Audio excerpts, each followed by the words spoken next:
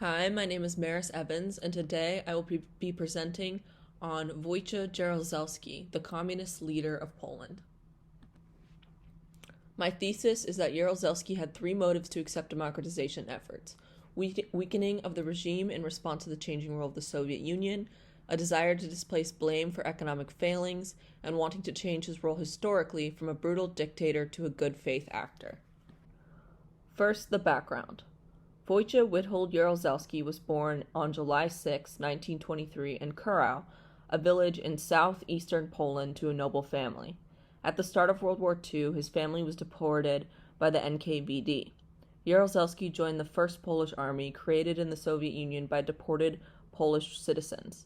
The First Polish Army fought with the Red Army against the Germans.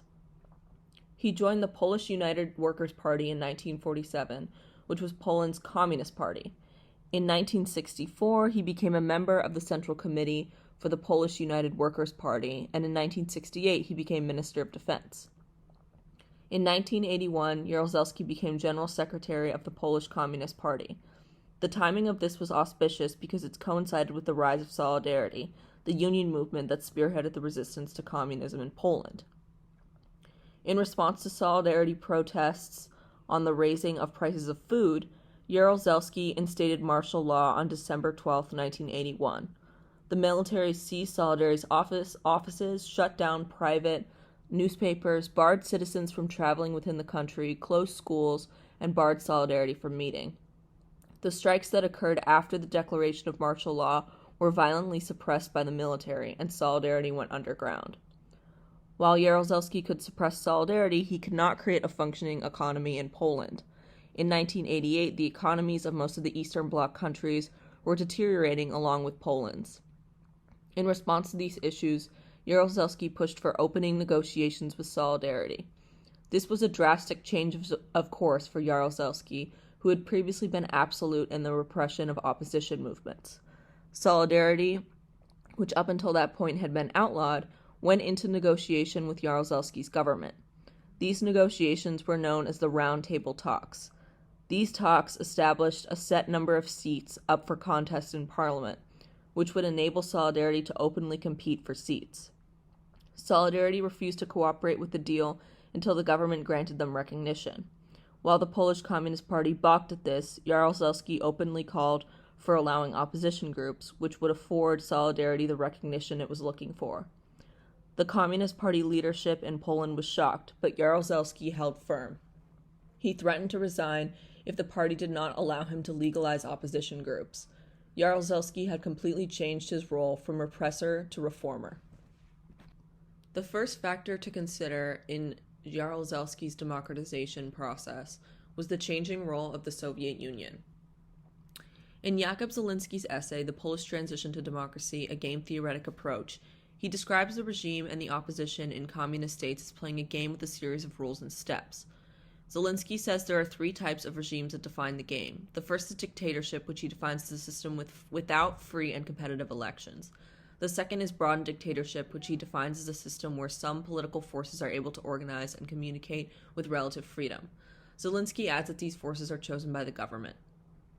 The third and final system is democracy, which is a system with free and competitive elections for the highest political offices and an effective right for all to organize for political purposes.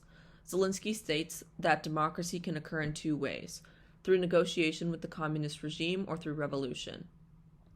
A game of democratic transition is played by two players, the government and the opposition. The government and the opposition have a separate set of preferences.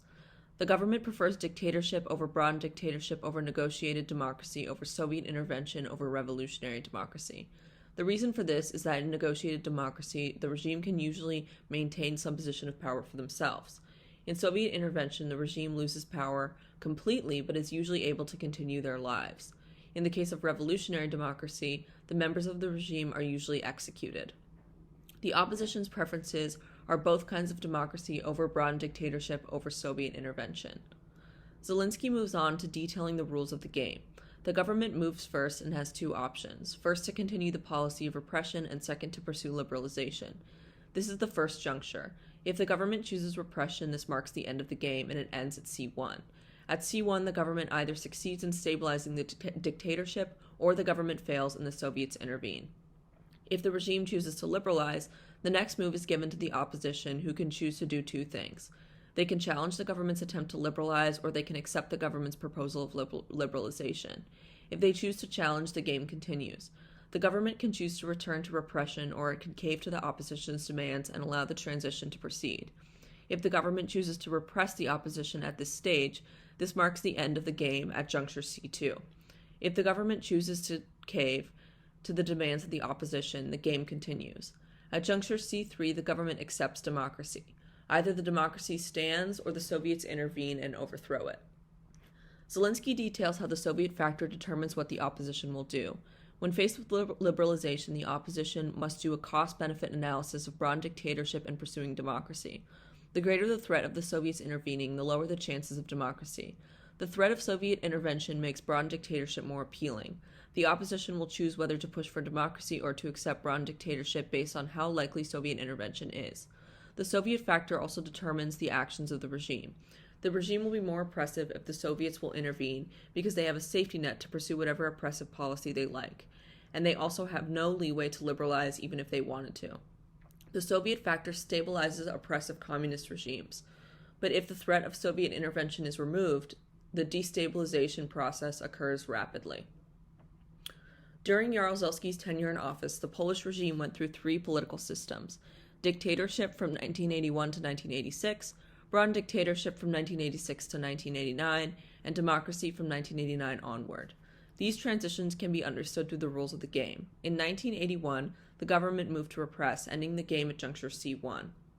At this time, the Soviet factor was very much present. The Soviet Union had invaded Hungary in 1956 and Czechoslovakia in 1968 to reinstate communism when the regime in place chose to liberalize. What limited indication Jaruzelski gave for his motivations was to say that he installed martial law in order to prevent the Soviets invading in the face of rising tensions with Solidarity. Whether this is true or not is disputed, but Zelensky certainly seems to believe it's true, and it would explain why Jaruzelski acted as he did once the threat of Soviet invasion was no longer present.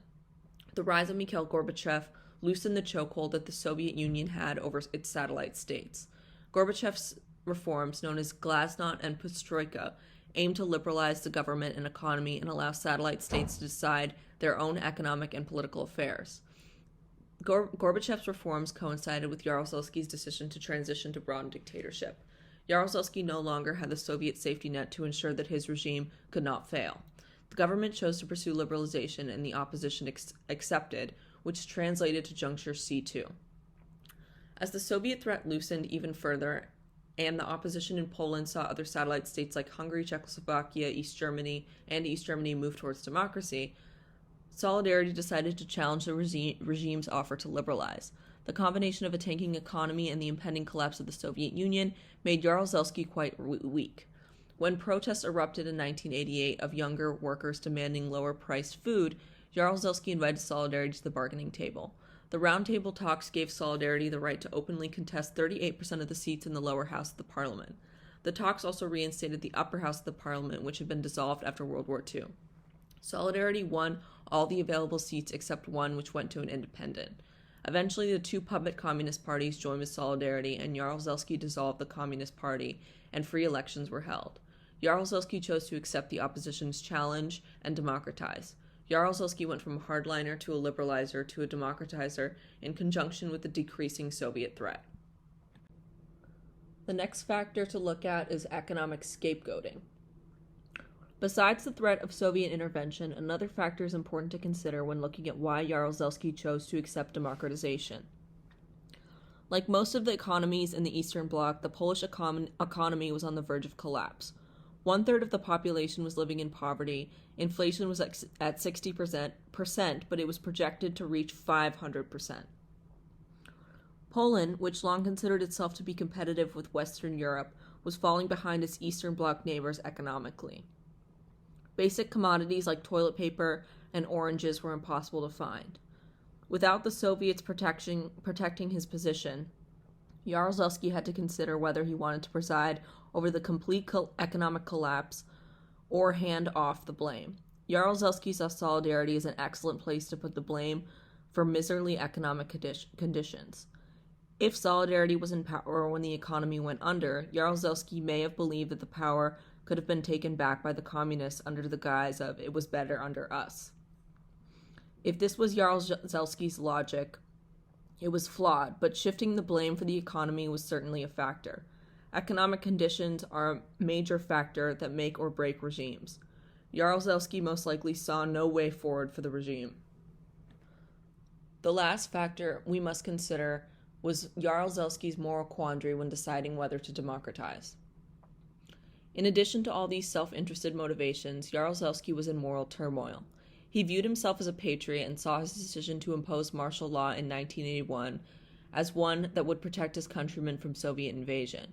As the regimes of the Eastern Bloc liberalized, Jaruzelski was faced with a major decision. Would he crack down violently, or would he shepherd the liberalization process? As Michael Meyer says in The Year That Changed the World, Jaruzelski was faced with the choice of being Hamlet or Lear, and he chose Hamlet. After the collapse of communism in 1989, Jaruzelski was cleared of all accountability for his role in the enactment of martial law in 1981. He defended himself by saying that he enacted martial law to prevent the Soviets from invading to suppress Solidarity protests. Leaders of Solidarity admitted that they owed Jaruzelski. The Minister of Labor on the new government and former Solidarity organizer Jacek Kuron said, "Jaruzelski was the one who saw it just wasn't working anymore, not just communism but the whole system. He was big enough to see it." However, in 2001, the far-right president of Poland had Jaruzelski charged with murder for his role in the 1981 instatement of martial law. This came days after he was mistakenly awarded a medal for heroism. Former members of Solidarity came to his defense. Jaruzelski never attended trial due to health problems, and he was never sentenced. He died in 2014 in a hospital in Warsaw from a stroke.